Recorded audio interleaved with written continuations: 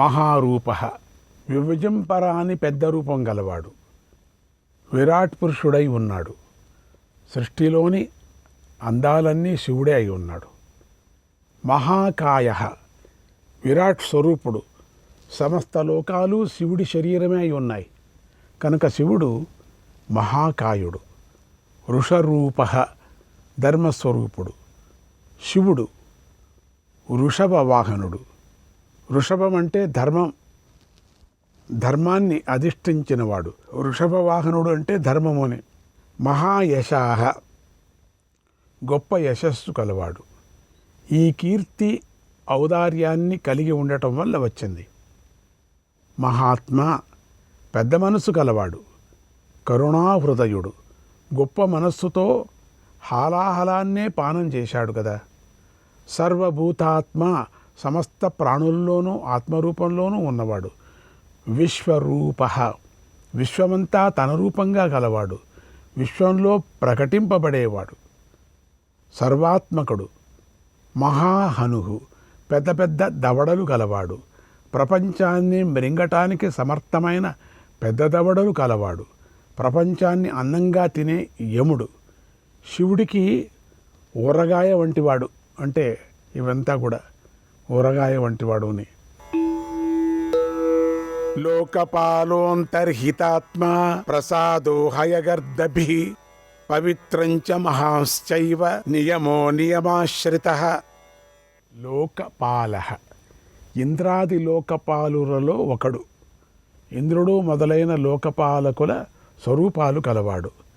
అంతర్హితాత్మ, సర్పము తనంత తానే చుట్టుకొని పడుకున్నట్లుగా చుట్టుకొని అంతర్ముఖమై ఉండువాడు. మరుగున పడిన ఆత్మయే తానైనవాడు. ప్రసాద, ఆనందరూపుడు, మోక్షాన్ని ఇచ్చేవాడు. కోపం వచ్చినా ప్రార్థించిన వెంటనే ప్రసన్నుడయ్యేవాడు. హయగర్ధవ, అశ్వతరులు రథానికి వాహనాలుగా కలవాడు. వేదానుసారంగా అగ్నిదేవుడికి హయగర్ధపుడు అని పేరు. కంచరగాడిదల చేత లాగబడే రథం గలవాడు. పవిత్రం, పరిశుద్ధుడు, శుద్ధ స్ఫటిక సంకాశుడు, భక్తులను పవిత్రులను చేసేవాడు. మహాన్, సర్వోత్కృష్టుడు, పూజించదగినవాడు. నియమ, నియమాలచే పొందదగినవాడు, అంటే శౌచము. బాహ్యం అంటే అంతరము. సంతోషము అంటే సంతోషము. తపస్సు, స్వాధ్యాయము, ఈశ్వర ప్రణిధానము, ఈ 5 నియమాల చేత పొందదగినవాడు. నియమాశ్రిత, వేర్వేరు నియమాలను ఆచరించే వారికి లభ్యమయ్యేటువంటి వాడు కూడా, అంటే చిక్కుతాడు అని, చేజిక్కుతాడు. నియమాలకు ఆశ్రితుడైనవాడు. సర్వకర్మా స్వయంభూతః ఆదిరాదికరో నిధి సహస్రాక్షో విశాలాక్షః సోమో నక్షత్ర సాధకః. సర్వకర్మలను చేసేవాడు. స్వయంభూతః, తనంతట తానుగా అంటే కారణము లేకుండా ఉద్భవించువాడు. ఆదిహి, అందరికంటే అన్నిటికంటే మొదటివాడు, అన్నిటికీ మొదటివాడు. లోకాల కంటే ఆది అయినవాడు. ఆదికరః, మొదట సృష్టి చేసినవాడు. బ్రహ్మ దేవుడి ఆజ్ఞతో రుద్రుడు మొట్టమొదటిగా సృష్టి చేశాడు. అప్పుడు అందరూ రుద్రులలాగానే ఉన్నారు. అప్పుడు బ్రహ్మదేవుడు రుద్రుడితో, ఇక సృష్టి చెయ్యకు, చేస్తే మరణించే స్వభావంగా మానవులను సృష్టించు అన్నాడు. శివుడు నవ్వి, దేవా, అయితే అలాంటి సృష్టి నువ్వే చేసుకో అన్నాడు. రుద్ర సృష్టి రుద్రుల్లాగానే ఉంటుంది కనుక శివుడు ఆదికరుడు. నిధిహి, అక్షయమైన ఐశ్వర్య రూపుడు. ప్రళయకాలంలో ఇతడిలో సర్వము లీనమవుతుంది కనుక ఇతడు నిధి. కుబేరుడికి పద్మము, మహాపద్మము, శంఖము, మకరము, కచ్చపము, ముకుందము, కుందము, నీలము, వరము అనే నవనిధులను ప్రసాదించిన గొప్ప నిధి శివుడు. సహస్రాక్ష, లెక్కించలేనన్ని కనులు గలవాడు. ఇంద్ర రూపుడు, విశాలాక్ష విశాలములైన కనులు గలవాడు, ఇంద్రియాతీతుడని భావము. సోమః సోమలతా రూపమైన యజ్ఞద్రవ్యము, ఉమతో కూడినవాడు, ఉమామహేశ్వరుడు, అర్ధనారీశ్వరుడు, నక్షత్ర సాధక అంటే పుణ్యాత్ముల ఆకాశంలో తేజోరూపం ధరించి నక్షత్రాలలాగా శివానుగ్రహంతో ప్రకాశిస్తారు. అటువంటి నక్షత్రాలకు సాధకుడు, సాధనమైనవాడు. చంద్రసూర్య శని కేతు గ్రహో గ్రహపతిర్వరః అత్రిరత్ర్యా నమస్కర్త మృగబాణార్పణో నఘః. చంద్ర చంద్రస్వరూపుడు, ఓషధులకు, జలానికి, నక్షత్రాలకు, విప్రులకు అధిపతి అయిన చంద్రస్వరూపుడు. సూర్య సూర్యస్వరూపుడు, సంపదను సృష్టించువాడు, లోకులను వారి వారి కర్మల యందు ప్రేరేపించువాడు. శని సూర్యపుత్రుడైన శనిస్వరూపుడు. కేతు కేతుస్వరూపుడు, కేతుగ్రహ రూపం తానే అయినవాడు. గ్రహ సూర్యచంద్రులను గ్రహించేవాడు గ్రహుడు, రాహువు. గ్రహపతి గ్రహాలకు రాజు. వరహ వరింపదగినవాడు, పూజ్యుడు, బృహస్పతి రూపుడు. బృహస్పతే శుక్రుడు అని మైత్రాయణీయ శృతి చెబుతోంది. భక్తుల చేత కోరబడేవాడు కనుక వరుడు. అత్రి అత్రి వంశంలో పుట్టినవాడు. బుధుడు బుధగ్రహ రూపం తానే అయినవాడు. అత్రియా నమస్కర్త అత్రి మహర్షి భార్య అయిన అనసూయామాతకు మొరొక్కినవాడు. దూర్వాస దత్తాత్రేయులుగా రుద్రుడు అత్రి దంపతులకు జన్మించి వారికి నమస్కరించినవాడు. మృగబాణార్పణ మృగముపై బాణాన్ని వేసినవాడు. కిరాత వేషంతో అర్జునుడికి పాశుపతాస్త్రాన్ని ఇచ్చేటువంటి సందర్భంలో మృగరూపమైన యజ్ఞంపై బాణాన్ని అర్పించినవాడు. దక్షయజ్ఞాన్ని నాశనం చేసినవాడు. అనగహ తేజస్వి శివుడు, సర్వస్వతంత్రుడు కావటం చేత ఆయనకు పాపమంటదు. అందుచేత శివుడు అనఘుడు. మహాతపాఘోర తపాః అదీనో దీన సాధకః సంవత్సరకరో మంత్రః ప్రమాణం పరమం తపః. మహాతపాః విశ్వాన్ని సృష్టించగల గొప్ప తపస్సు చేసేవాడు. అనంతమైన ఐశ్వర్యము పరాక్రమం కలవాడు. ఘోర తపాః విశ్వాన్ని అంతటినీ సంహరించగల ఘోరమైన తపస్సు చేసినవాడు. అదీనః గొప్ప మనస్సు కలవాడు. విశాల హృదయం కలవాడు. దీనుడు కానివాడు. దీన సాధక శరణాగతులైన దీనుల కోరికలు తీర్చినాడు.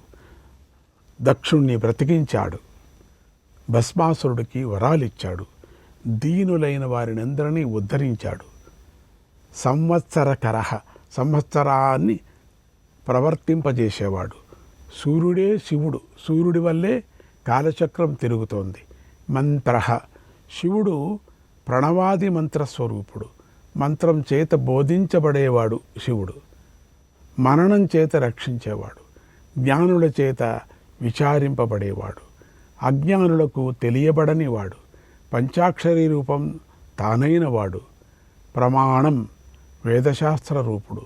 స్వయం ప్రకాశమానమైన జ్ఞానమే రూపంగా గలవాడు. పరమంతపః శ్రేష్టమైన తపస్సు కలవాడు. ఇక్కడ తపశ్శబ్దానికి ధర్మమని కూడా అర్థం. పరమధర్మమనగా యోగము. తపస్సు రూపమైన వాడు. యోగి యోజ్యో మహాబీజః మహారేత మహాబలః సువర్ణరేత సర్వజ్ఞ సుబీజో బీజవాహనః. యోగి యోగనిష్ఠుడు, నిర్వికల్పమైన ఎల్లప్పుడూ తన స్వస్వరూపమందే ఉన్నవాడు. యోజ్య పరబ్రహ్మయందు లయము చేయదగినవాడు. యోగ మార్గము ద్వారా తెలుసుకోదగినవాడు. మహాబీజ మూలకారణుడు. సృష్టికి భూమి, నీరు అంటే అగ్ని, వాయువు, ఆకాశము, సూర్యుడు, చంద్రుడు, ఆత్మ అనేవి మూల కారణాలు. వీటితో శివుడు అష్టమూర్తి స్వరూపుడై మూలకారణుడిగా ఉన్నాడు. మహారేతాహ, ఇక్కడ రేత శబ్దానికి ప్రతిబింబమని అర్థం. జడులకు కూడా చైతన్య స్ఫూర్తిని ఇవ్వగల ప్రతిబింబం గలవాడు, గొప్ప రేతస్సు కలవాడు. శివుడి రేతస్సుతో కార్తికేయుడు జన్మించాడు. మహాబల, అసహాయ సూర్యుడు, శ్రేష్టమైన బలం గలవాడు అని. మహాబలుడంటే వాయుదేవుడు. ఆ వాయువు శివుడి యొక్క అష్టమూర్తుల్లో ఒకడు కనుక శివుడు వాయుబల స్వరూపుడై ఉన్నాడు. త్రిపురాసుర సంహార సమయంలో మేరు పర్వతాన్నే ధనుస్సుగా చేసుకున్నాడు. అంతటి మహాబలుడు శివుడు. సువర్ణ రేతాహ, అగ్నిరూపమైన రేతస్సు కలవాడు. అందుకే సువర్ణ రేతసుడు. సృష్టి ప్రారంభంలో నీటిని సృష్టించి అందులో రేతస్సును ఉంచాడు. అది బంగారు అండమైంది. అలా శివుడు అగ్నిరూపమైన రేతస్సుతో హిరణ్మయ బ్రహ్మాండాన్ని సృష్టించాడు. అందువల్ల శివుడు సువర్ణ రేతస్కుడయ్యాడు. అందుకే బంగారం అంటే ఆ లక్ష్మితో సమానమైనటువంటి బంగారమే శివుడు. ఒక బంగారు ముద్ద పెట్టుకుంటే శివుణ్ణి పెట్టుకున్నట్లు లెక్క. సర్వజ్ఞ, సర్వము తెలిసినవాడు, అన్నీ తానే అయి ఉన్నందువల్ల అన్నీ తెలిసినవాడు. సుబీజ, నశించని బీజము, కారణము, జగత్తునకు కారణము, శ్రేష్టమైన విత్తనమైన వాడు, ఏ మార్పు లేకుండానే అన్ని మార్పులు చెందేవాడు. బీజవాహన, ఇక్కడ బీజం అంటే అవిద్య, కామ, కర్మ, అది వాహనంగా గలవాడు. అవిద్య, కామకర్మలనే బీజవాహనంతో ఇహపర లోకాలలో సంచరిస్తూ ఉండేవాడు. దశబాహుస్త్వ నిమిషో నీలకంఠ ఉమాపతి విశ్వరూప స్వయం శ్రేష్ఠ బలవీరో బలో గణ. దశబాహు, 10 చేతులు గలవాడు శివుడు. ఆయనకు పంచముఖాలున్నాయి. 10 చేతుల్లోనూ శూలము, వజ్రము, ఖడ్గము, పరశువు, డమరుకము, అగ్ని, లేడి, శంఖము, అంకుశము, కపాలము ఉన్నాయి. సద్యోజాతము, వామదేవము, తత్పురుషము, అఘోరము, ఈశానము అనే పంచముఖాలు కలిగి ఉన్నాడు. అనిమిష, రెప్పపాటు లేనివాడు, నిత్య ప్రబుద్ధుడు, ఆత్మరూపుడు. ఆత్మకు కూడా రెప్పపాటు లేదు. ఒకనాడు పార్వతీదేవి నవ్వులాటకై శివుడి కన్నులు మూసేసింది. అప్పుడు ఆ సమయంలో శివుడి స్వేదం నుండి అంధకుడు పుట్టాడు. తర్వాత వాడిని శివుడే అంతం చేశాడు. నీలకంఠ, హాలాహలాన్ని కంఠంలో పెట్టుకోవటం చేత శివుడు నీలకంఠుడయ్యాడు. ఉమాపతి, ఉమాదేవి అనగా పార్వతి, పార్వతికి భర్త. ఉమా అంటే హైమవతి అనే పేరుతో ప్రసిద్ధమైన బ్రహ్మ విద్య హైమవతి యొక్క భర్తయే శివుడు. విశ్వరూప, విశ్వమే రూపంగా గలవాడు. స్వయం శ్రేష్ఠ, స్వతహాగానే శ్రేష్ఠుడు. తనకంటే గొప్పవాడు మరొకడు లేనివాడు అని అర్థం. బలవీర, సామర్థ్యం చేతనే విక్రమించి వీరుడైన వాడు.